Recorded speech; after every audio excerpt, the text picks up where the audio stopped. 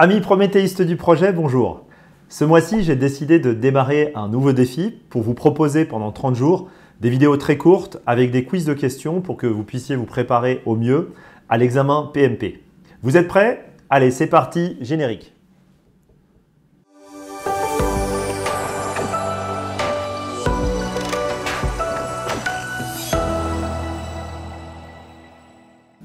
Vous avez un doute sur la mise en œuvre des réponses apportées à quelques risques.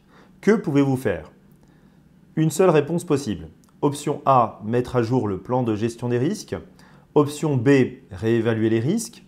Option C, effectuer un audit de risque. Option D, un brainstorming avec l'équipe. Je vous laisse mettre la vidéo sur pause et on se retrouve dans une poignée de secondes pour le débriefing. A tout de suite. Alors allons-y. Quelle est la première question à se poser quand on découvre une question comme ça pour se préparer à l'examen PMP? La première question à se poser, c'est quel est le chemin que je vais devoir entreprendre, que je vais devoir utiliser d'après ma lecture de la question? Est-ce que je vais devoir gérer ce projet de façon prédictive? Je planifie tout d'abord, j'exécute les choses après. Est-ce que je vais travailler de façon agile, livrer des choses très rapidement sur des cycles très très courts et en adaptant les choses et en les inspectant au fur et à mesure du temps et en prenant en compte le feedback des différents utilisateurs? Ou est-ce que je vais devoir gérer mon projet de façon hybride en utilisant un mélange des deux approches? Ici, il n'y avait aucun signe immédiatement visible pour savoir de quelle approche on nous parle.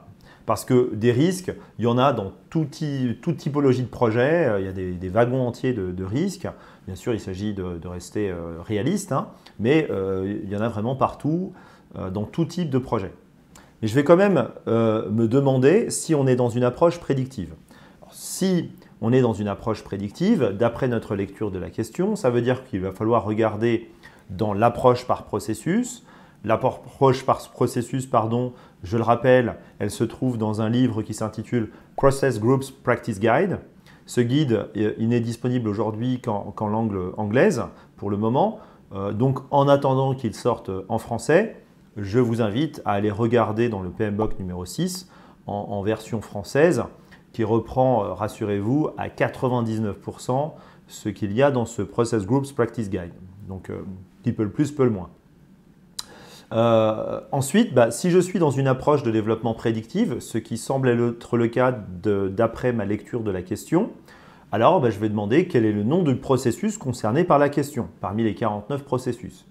Ici, je vois que la question porte sur le thème des risques et qu'elle ressemble à il y a un processus qui s'intitule « Exécuter les réponses aux risques », ça ressemble à ça. Mais en fait, j'en suis pas encore sûr parce qu'en réalité, c'est un petit peu plus subtil que ça. On nous parle de doute. On nous dit qu'on a un doute sur l'application des réponses aux risques. C'est donc une question qui en réalité parle de contrôle, de suivi. Le processus qui parle de contrôle de suivi des risques, il s'appelle comment? Eh bien, il s'appelle maîtriser les risques. Encore une fois, j'ai identifié le processus concerné par la question lorsque je suis dans une approche prédictive. Et à partir du moment où j'ai bien identifié le processus concerné par la question, il me suffit de me demander quels sont les ITTO principaux du processus concerné par la question.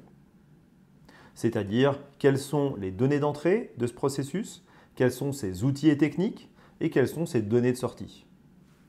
Ici, la question, elle portait sur quoi? Eh bien, la question, elle portait sur les outils et techniques du processus concerné. Après ma consultation de l'ouvrage de référence, donc le PMBOK en l'occurrence, je me rends compte de quoi? Je me rends compte qu'il n'y avait que l'option C, parmi les 4 options qui étaient proposées, qui pouvait être sélectionnée puisque c'est le seul ITTO de la question. Enfin, c'est l'un des seuls ITTO concernés par la question. C'était une question assez technique aujourd'hui. Mais même sans connaître les ITTO, en réalité, en comprenant bien les définitions de chacune des options proposées, leur objectif, et en faisant appel aussi à son expérience personnelle de chef de projet, puisque rappelez-vous que c'est un examen qui vient aussi sanctionner votre expérience de chef de projet, hein, on pouvait quand même répondre à la question. Voilà les amis, c'était la question quiz du jour. Si vous n'avez pas eu juste, surtout pas d'inquiétude. Il faut juste continuer de vous entraîner régulièrement sur des simulateurs de questions.